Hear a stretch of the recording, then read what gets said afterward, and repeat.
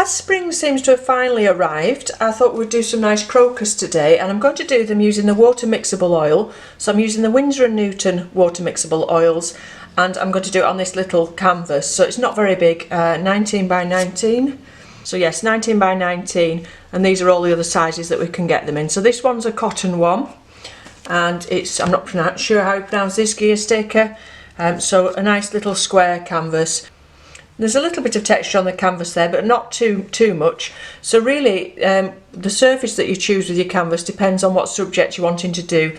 Some of them, if they're quite rough, it can take a little bit of extra work trying to fill all those little dents in. So that's one thing you want to sort of keep in mind when you're buying your canvas. So most of them now come already primed. So this is already primed, and it's a cotton one, so it should be okay. So just unwrap that. Now they always come with little stretchers in the back, but I have to be honest, I very rarely use them, so I've got a big pot of those that I pop those in. And if you want to keep that for future reference, it's not a bad idea when you're reordering, if you've really liked something, to keep the information so that you can order it again another time. Okay, so when I've done these before in the past, you'll have seen that I've put a base colour on to begin with. I'm not going to do that today because I wanted to do it quite quickly and quite simply and make it quite an easy little tutorial to follow. So I've got this picture from Pixabay of these crocus, but I'm not necessarily going to do it as it is on the picture. I've just got that to use the shapes, so I'm going to make a different composition to fill the square shape. And I've got a few bits of paint already out here. I've got some at the other end actually that were left over from something else that I might or might not use. I've got titanium white, cobalt blue, permanent alizarin crimson, Naples yellow, and which one was that? The phthalo green. So the thing is, we don't have this lilac-y colour, so I'm going to have to make that myself out of the blue and the red, but you'll notice I've put an awful lot of white because it's very, very pale compared to the pigments that I've got. So we're going to need a lot more white than we are the other colours. So I'll just prop that up there, and I'll put that up in the corner for you to look at, and you'll see that I'm going to change the composition as I draw it. So the other thing I've got is the refined linseed oil by Loxley, and I keep that when I've been using it in a little pot, and just pop some cling film over so I can use it again another day.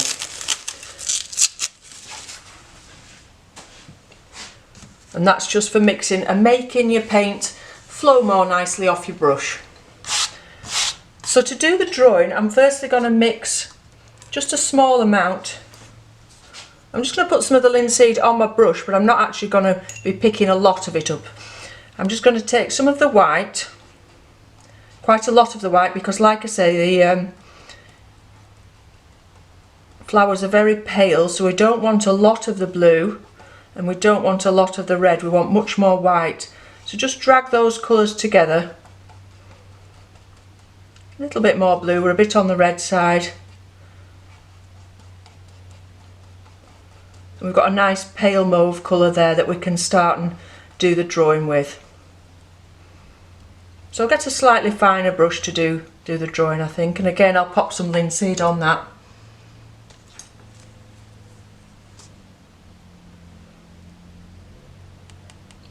Make sure your brush is fully loaded, you don't want to keep running out of paint. And then think about the composition. So if you did want to do your drawing in pencil, you must remember not to dent your canvas. That's one reason I don't use pencil to do my drawings, is you can very easily dent the canvas, and then when you're putting your paint on, the paint's going to go into those dents and it's going to alter your picture. So it's a good idea not to use a pencil. So I'm going to do one central one, so make quite a focal point of it and make them much bigger than they are on the photograph. So rather than having lots and lots, to make a big focal point of the one, and the petals sort of folding over, so you see the shape coming down here.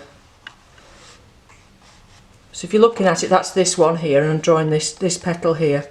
But this is only for reference. It's not going to look just like the photograph when it's finished, as long as it looks like a crocus. and we're getting a feel of the shape of those petals. This next petal, we're seeing the back of it. It doesn't come up quite as high. In fact, I think it wants to go out a little bit more, so just move that across a bit. So this is the thing with oil and with acrylic, is it doesn't matter if you get it wrong to begin with, the drawing, you can soon go over it and alter it.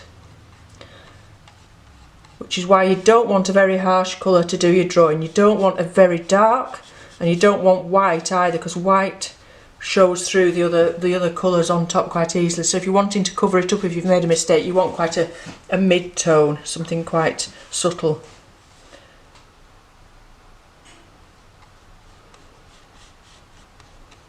So look carefully at where all the petals are joining at the bottom there. Then we've got this yellow. I'll perhaps just draw a bit of an indication of where the, very, very lightly, where the yellow, don't know what it's called, I should know, which has the pollen on it, doesn't it? So this, we're just seeing the back of the inside of those two back petals as well. We're going to get more of that shaping afterwards when we come to put more detail in and the tones and things. Just looking at it, I don't think I've got it quite fat enough actually. I think it wants to go out more. This petal wants to go out more. But again, like I said, it really doesn't matter, because it's as long as it's a crocus, it doesn't matter how open you have it if it's not exactly like the picture. Just make it a little bit fatter. And then they've got quite a long stem down. So we're going to make a focus of this one flower, but we're also going to draw one or two sort of shapes behind as well, as if we've got, and these ones are going to be much more hazy, as if they're in the distance.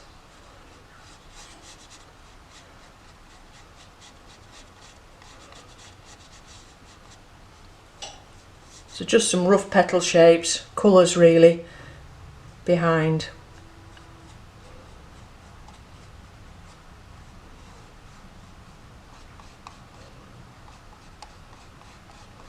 And the quite distinctive shape is the fact that they stand quite very upright with this quite long neck to them.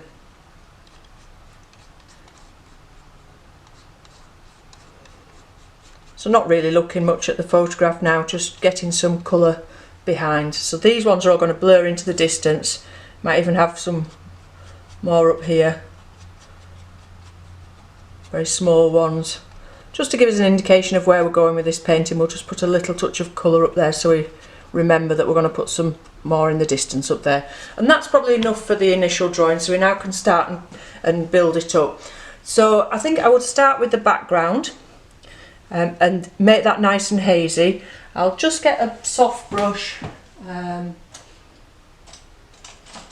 you know, something like a big mop like that to blend it in, because we want the background, and if you look at the background here, the camera's focused on the foreground ones and the background's really hazy, and it's a nice effect. So if you want to put your colour on and then just really make it hazy, you can just go over with a nice mop brush like that in the background. So we'll put the colour on and then do that. So what I'm going to do now is I'm going to stop talking and carry on videoing, and then I'll maybe come back at the end and talk through what I've done.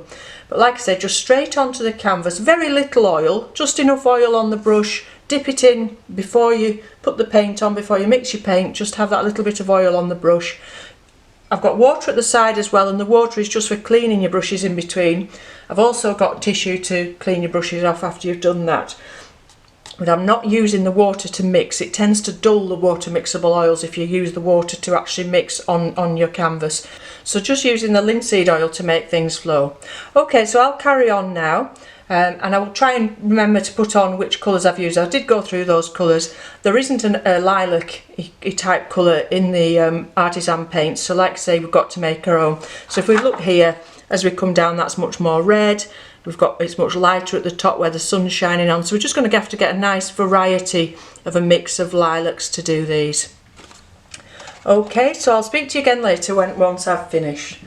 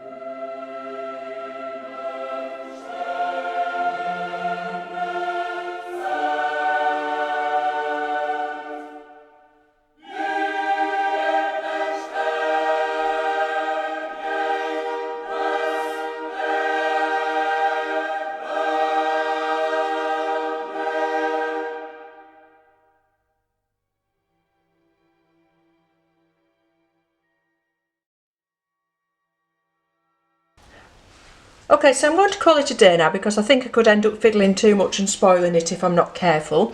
You can see I decided to leave the background very loose. Even those three sort of mid-ground flowers, I've not put an awful lot of detail. The foreground flower, I've actually left a little bit thicker paint and some more lines on it. You could go further and put a lot more of these stripes on if you wanted to.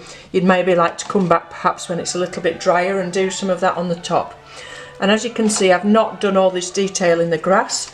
I've left the grass very loose and just kept the focus on the flowers. Actually, I'm just going to soften this edge off here. It just looks a bit harsh. Just blend that in a little bit. So you can see I've been using these soft brushes for blending in as I went along. You'll notice I sort of abandoned that big mop brush because the hairs were coming out of it.